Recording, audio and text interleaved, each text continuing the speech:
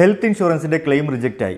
ക്യാഷ്ലെസ്സിന് വേണ്ടിയിട്ട് നമ്മൾ ഹോസ്പിറ്റലിൽ നിന്ന് കൊടുത്തു, അത് ഡിനേ ചെയ്തു. പിന്നീട് നമ്മൾ എല്ലാ ഡോക്യുമെൻറ്റുകളുടെയും ഒറിജിനൽ റീഇംബേഴ്സ്മെൻറ്റിന് വേണ്ടിയിട്ട് കമ്പനിയിൽ ഡയറക്റ്റ് കൊടുത്തു, അതും അവർ റിജക്റ്റ് ചെയ്തു.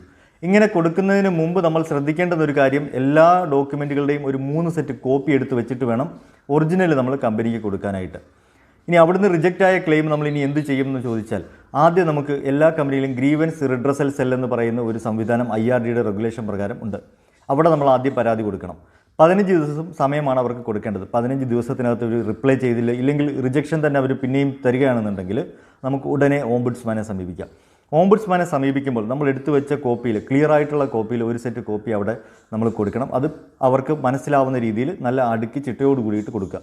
കൂടാതെ അതിലൊരു കവറിംഗ് ലെറ്റർ വെക്കണം. നമുക്കുള്ള കംപ്ലയിൻറ്റ്സ് കാര്യങ്ങളെല്ലാം അതിനകത്ത് മെൻഷൻ ചെയ്യുകയും വേണം.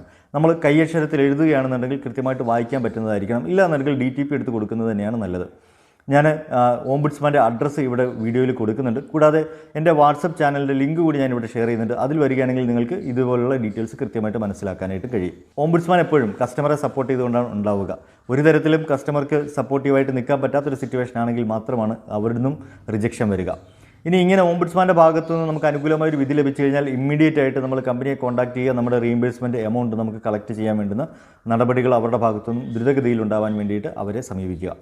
ഇത്തരത്തിൽ ഉപകാരപ്രദമായ മറ്റൊരു വീഡിയോയുമായിട്ട് കാണുവരെയും എല്ലാവർക്കും നന്ദി, നമസ്കാരം.